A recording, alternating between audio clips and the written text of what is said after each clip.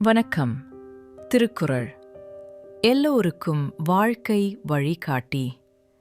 எந்த வயதிலும் எந்த நிலைமையிலும் இது நம்மை மெதுவாக நல்லதொரு பாதைக்கு அழைத்துச் செல்லும் நெறி.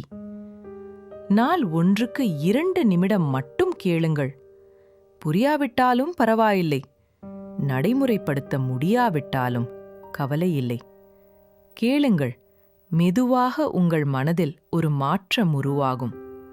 கடினமான நேரங்களிலும் கூட அது உங்களை அமைதியாகத் தூக்கும். உங்கள் வருகைக்கு நன்றி. லைக் பண்ணுங்கள், சப்ஸ்கிரைப் பண்ணுங்கள்.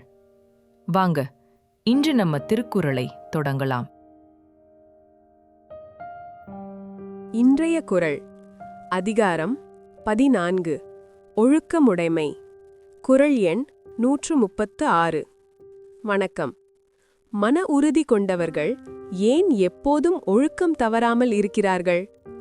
ஒழுக்கத்திலிருந்து சற்று விலகினால் ஏற்படும் விளைவுகள் எவ்வளவு கொடியவை என்பதை அவர்கள் நன்கு அறிந்திருப்பதே அதற்கு காரணம்.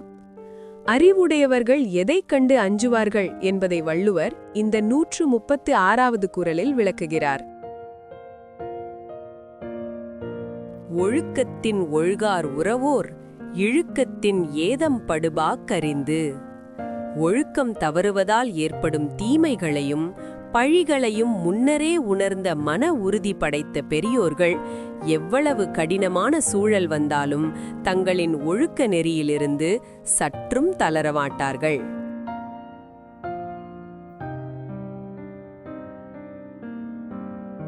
தவறு செய்வதால் வரும் இன்பம் தற்காலிகமானது, ஆனால் அதனால் வரும் பழி நிரந்தரமானது.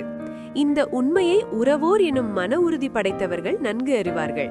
அதனால்தான் அவர்கள் இமயமலை போன்ற உறுதியோடு ஒழுக்க நெறியில் நின்று உலகிற்கு வழிகாட்டுகிறார்கள்.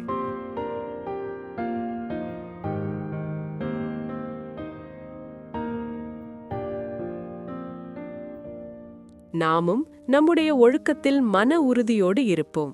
சிறு சலனங்களுக்கு இடம் கொடுக்காமல் மேன்மையான பாதையில் நடப்போம். நாளை 137வது குறளுடன் சந்திப்போம். உங்கள் மனம் நிம்மதியாய், உங்கள் வாழ்வு நிலைத்ததாக இருக்க நமது சேனலுடன் இணைந்திருங்கள். வீடியோ பிடித்திருந்தால் லைக் செய்யவும் மற்றும் புதிய ஞான கருத்துக்களை பெற சப்ஸ்கிரைப் செய்ய மறக்காதீர்கள்.